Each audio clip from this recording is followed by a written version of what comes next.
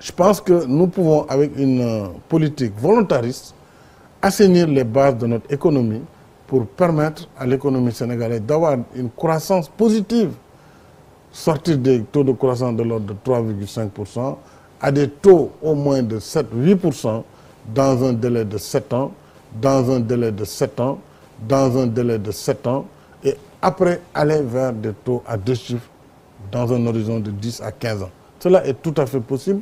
D'abord, il faut pour cela lutter farouchement contre la corruption. Premier facteur. fan yi nag dégg ngeen ay bataaxal yu ñu defar jaarale ko ci kuréel bu rëy bu ñu tuddee BBC muy maanaam rajo ak télévision publique bu Angleterre ci wàllu pétrole wax ci lu bare bare tudd nañ ci tam sama rakk tudd nañ ci tam sama rakk tudd nañ ci tam sama rakk. Il faut ensuite stabiliser et lutter contre l'inflation par une politique rigoureuse de contrôle des prix. suñu minerais yëpp daf ñu metti ñu teg ci courant bi teg ci ceeb teg ci lépp sama kër tey bi may ñëw ndox amul te musul ñàkk dëkk naa fa pendant des années musuma ñàkk ndox amatuñu dara ku amul dara da ngay nekk ci mbedd mi xeex loolu moo ma indi dama koy wax mu xalaat démb bu xalaatee démb dina doxal yoon parce que ñi fi nekkoon ba ñuy def la ñuy def seen dégâts dañoo xeex ak ñoom ñu jóge fi. Une fois que l'inflation est maîtrisée, une fois également que les bases, l'environnement des affaires est assaini, l'environnement juridique, l'environnement économique, rendre compétitive notre économie en nous appuyant sur des secteurs productifs qui vont eux-mêmes être les secteurs par lesquels l'emploi va être généré. Est-ce possible dans un pays qui n'a pas de courant?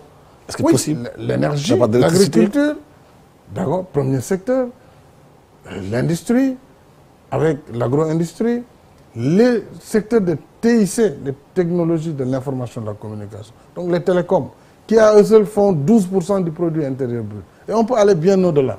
S'il y a plus de transparence dans la gestion de ce secteur, on pourra booster donc des secteurs qui vont eux-mêmes générer. Mais cela n'est pas possible si on a un rouille-camaj permanent. Une énergie électrique non distribuée. Vous parlez de rouille-camaj, vous avez été ministre de l'énergie. Oui, absolument. Est-ce que vous n'avez pas une part dans la catastrophe énergétique que nous vivons aujourd'hui? Non, non.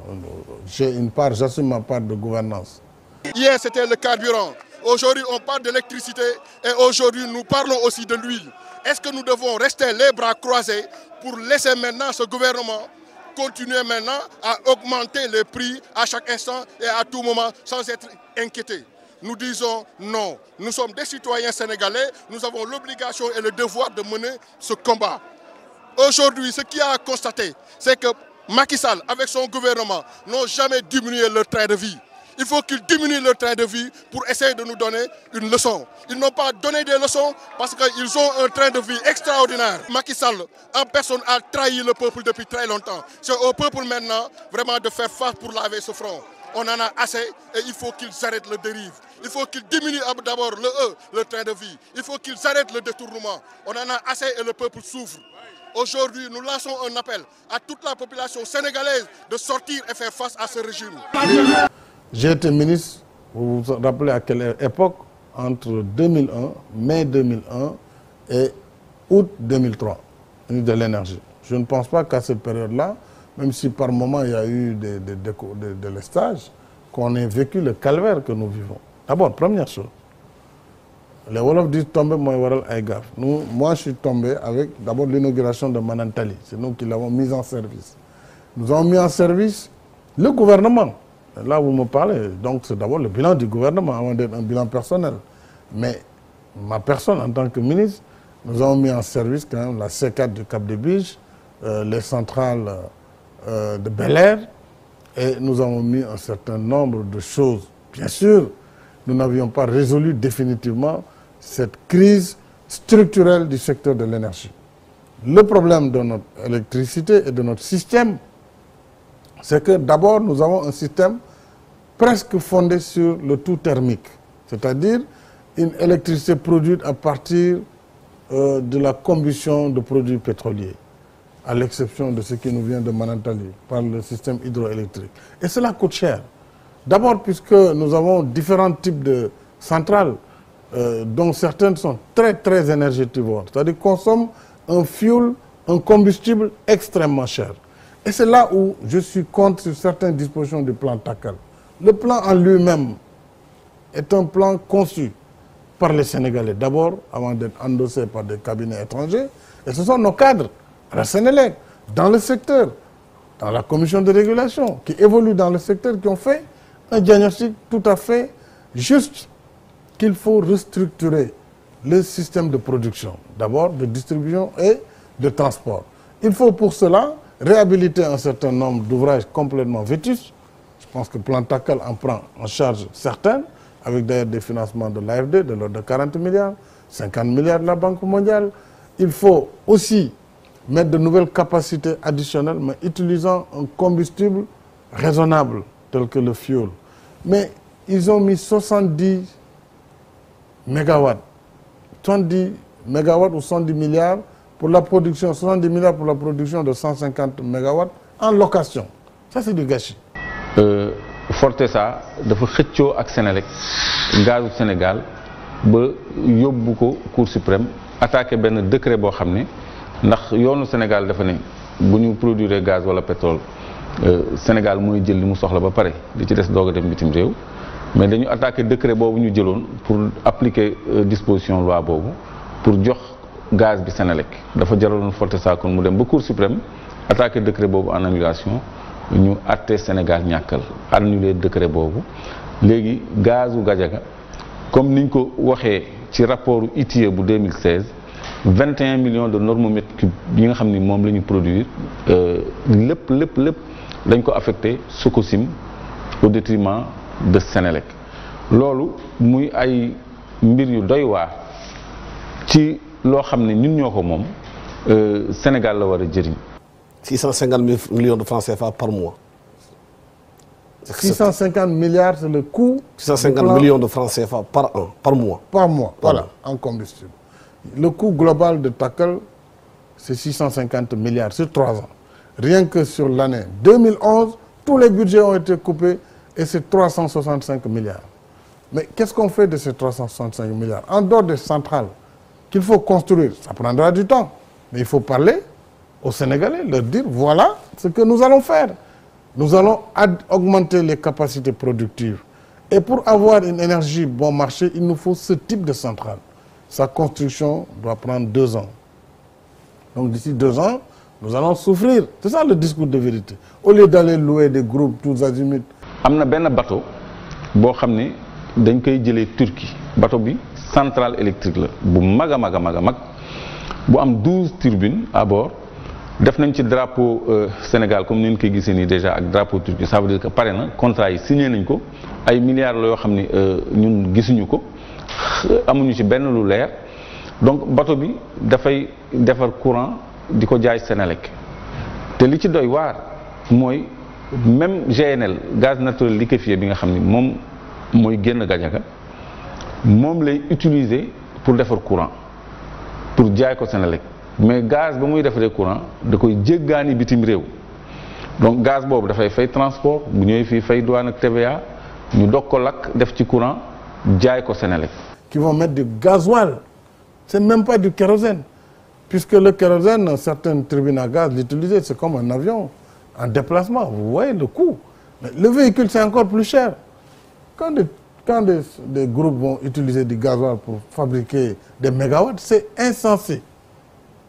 Donc choix de politique énergétique yooyu lu waroo ak intérêt Sénégal la lu waroo ak intérêt consommateurs yi la parce que dafay alourdir facture énergétique bi parce que mënoon nañu brûler combustible yi ñu am fii pour defar courant mu gën a yomb ci Sénélec gën a yomb tamit ci clients yi wala parce que centrale yi nga xam ni defar nañ ko pour mu fonctionner au fioul wala au diesel yépp day mën a fonctionner également au gaz kon Sénélec bu doon passer au gaz du soxla sax muy jënd ay turbines yu bees kon lii mooy li nga xam ne dafa xaaw a doy waar ci suñu politique énergétique ay choix yoo xam ne suñu njiit yi war nañ ci bàyyiwaat xel parce que am dara ba noppi di ko jéggaani loolu lu waroog développement loolu ku bëgg a dem du def noonu. Mais seulement le pouvoir n'a pas le courage de regarder les Sénégalais et de leur dire attendez encore 2 ans. Mais il devait pouvoir, sur la base d'une politique transparente, indiquer les solutions durables et dire nous y sommes, voilà, tout est clair, et surtout laisser les acteurs exécuter. Mais les marchés sont faits par la présidence de la République, via le ministère de l'Énergie aussi, qui loue les groupes, qui lance des appels d'offres. Mais les acteurs, eux, finalement, ils croisent les bras. Et résultat des courses, même ce matin, je lisais dans la presse, on sort des sociétés de gardiennage pour mettre des gendarmes. Bon, on crée des problèmes partout. Alors qu'on aurait pu avoir une meilleure gestion dès lors qu'autant de ressources vont être injectées, mais tout ce qui va être des ressources, disons, de fonctionnement, vraiment, c'est de l'argent parti en fumée. Donc, plan Takal, tal na suñu milliards, te lamp yu tàkkuñ. Donc, loolu moo fi am. Voilà. Et je pense que nous pourrons faire mieux avec aussi l'interconnexion des réseaux et surtout la production de l'hydroélectricité à travers l'OMVS. C'est la chute qu'a trouvé le Premier ministre Macky Sall. L'émission est terminée. Nous recevons, si on en parlait aujourd'hui, M. Macky Sall, l'ancien Premier ministre du Sénégal et en même temps aujourd'hui président de l'APR, l'Alliance pour la République. Cette émission a été animée par Barkaba et Alassane Samba Diop. Bon dimanche à tous.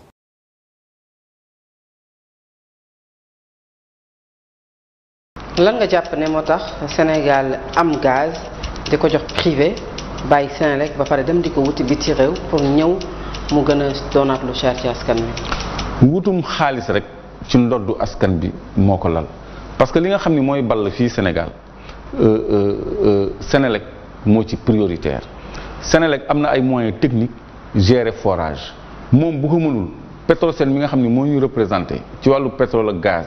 war na mën a exploiter fii champ gazier comme yeneen dëkk Afrique yi nu ñu koy defee di exploiter seen bopp ne serait-ce que pour besoin yu Senelec kese ñu satisfaire ko léegi loolu boo ko fi bàyyee jël gaz boobu jaay ko yow yaa ngi continuer importer pour Senelec importation boobu biir SAR dafa am ñuy dugal ay hydrocarbures yoo xam ne dañu am intérêt ñu nekk dans l'appareil d'État et en dehors de l'appareil d'État yu am intérêt ci facture pétrolière u Sénégal waxoon naa ko donc loolu affairisme kese la wutum xaalis kese la te bateau boobu ñu jéggaani tamit ci même cadre bi la wutum xaalis kese la parce que du intérêt Sénégal ngay importer gaz boo xam ne day fay transport TVA ak douane ñu koy lakk doxandéem di ko lakk muy jaay courant bi Sénélec léegi xaalis buy génn suñu budget au lieu mu dugg Sénélec day dem ci ay turc dem donc bitim réew loolu lu baaxul la ci suñu politique énergétique ak ci suñu économie. bu weesoo li nga xam ne mooy jugement Gadiaga yan potentiel le Sénégal amee ci wàllu gaz fi mu toll nii. waaw Sénégal am na gaz un peu partout parce que ñaareel fépp foo xam ni am na pétrole am na tamit gaz mais fi ëpp gaz ci Sénégal mooy blogu Saint-Louis ak blogu Kayar. parce que la fa feeñ ci gaz bés bu ne xayma yi day yokku donc blogu Saint-Louis boobu réserve yi fa nekk dañ ko njëkk a estimer 50 000 milliards ci ay pieds cubes de gaz mais xayma yu mujj yi ñu ngi ko estimer 70 000 milliards de pieds cubes de gaz yoo xam ne mën nañ ko exploiter pendant 270 ans loolu moo nekk Gëmbël bi nekk Saint-Louis ak Kayar Sangomar tamit am na pétrole mais am na aussi gaz Sénégal daal mën naa ni fépp gaz la bassin sédimentaire bi yëpp am na pétrole am na gaz mais li ëpp ci gaz mu ngi nekk ci blogu Saint-Louis ak Kayar.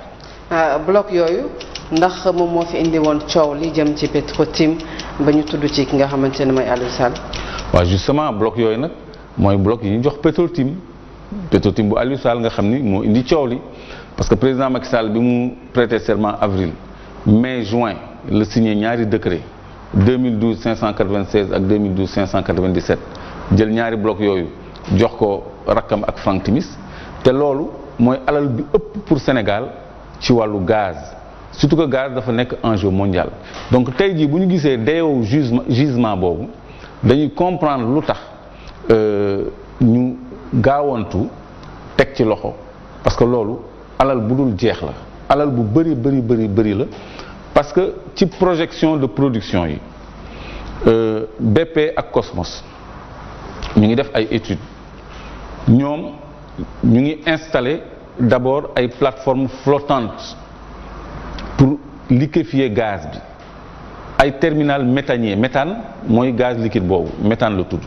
ay benn terminal méthanier maanaam benn usine bu nekk ci biir ndox mi la ñu defar pour ŋàcc gaz bi liquéfier ko yóbbu ko bitim réew en attendant benn tuyau buy jógee Nigéria jëm Espagne pare tuyau boobu 2021 lay pare moo tax ñu ni 2021 la ñu commencé exploiter gaz bi donc choix boobu tamit sax lu ñu war a xoolaat la parce que tey jii bu fekkee ni ñun mën nañu produire gaz war nañu am genre raffinerie gaz terminal méthanier lañ koy wax mooy usine bu mag boo xam ne ci la ñuy conditionner gaz bi ci lañ koy liggéeyee fu mel ni Lompoul wala Potou mën nañ ko fa def nga xam ni léegi ñun dinañ ci am avantage nit ñi dañ ci am liggéey et cetera mais bu ñu jëlee usine bi def ko biir géej tubaab yi kese ñoo ciy liggéey ñun duñu xam lu fa xew duñ ci am benn avantage te loolu comme ni ñu leen koy wanee ni ay travaux yu pare la yoo xam ni Eiffage moo ko réalisé voile béton bi nga xam ni mooy def brise lame yi ñu ngi ko defaree fii Môle 8 Dakar defar nañ ko ba pare installé nañu le terminal méthanier bu fonctionnel lii du image 3 dimensions léegi lii image réelle la donc plateforme bi pare na c'est fonctionnel parce que man annoncé woon naa ko fi donc choix yi yëpp ay choix yu bon la te ñoom ñu ngi envisager produire 14 millions de mètres cubes de gaz du par an du par mois mais par jour 14 millions de mètres cubes de gaz la ñuy produire ci bloc boobu par jour donc on comprend dès lors li tax mu nekk premier souci président de la République ak rakkam ñu octroyer bloc yooyu ci conditions yi nga xam ne ba léegi moom mooy indi polémique boo xam ne ñun duñ ci taxaw mais ñun dañ leen di niital rek potentiel bi ak importance bi mu am ci wàllu li mu ñu mën a indil ak ci wàllu li mu ñu mën a rapporter suñu digganteeg waa bitim réew parce que enjeu stratégique la pour Europe ci wàllu contrôle gaz bi diggante Russie ak Union européenne kon tey jii potentiel u 14 millions de mètres cubes par jour mën na def différence entre les Russes et les Européens ci wàllu contrôle gazu Europe donc mu nekk beneen dimension boo xam ni dañ ci am intérêt mais ñun dañu jël lépp joxe ko brader ko parce que ci 14 millions de mètres cubes boobu ñun 700 000 mètres cubes lañ ci am maanaam 5% bu ñu boolee li ñu am ci gaz yépp foofu 5% la Sénégal di am au lieu de 10% parce que dañu signé benn protocole pour séddoo Mauritanie 50-50 kon nañu jàpp ni ci bloc boobu 5% la ci Sénégal am ak li gaz bi bëri 14 millions 700 000 mètres cubes lañ ci am donc loolu mooy potentiel u blogu Saint-Louis. refondation maanaam defaraat jikko moom moo taxaw tey kon vive la refondation de la République du Sénégal dialogue national moom échoué na ba pare.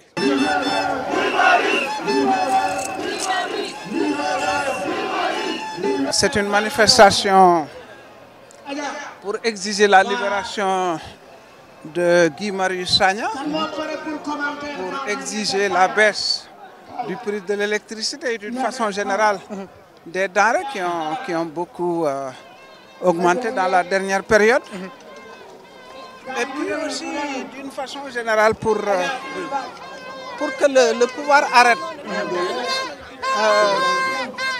cesse d'arrêter les gens à droite, à gauche. Il faut laisser les gens exprimer leur liberté.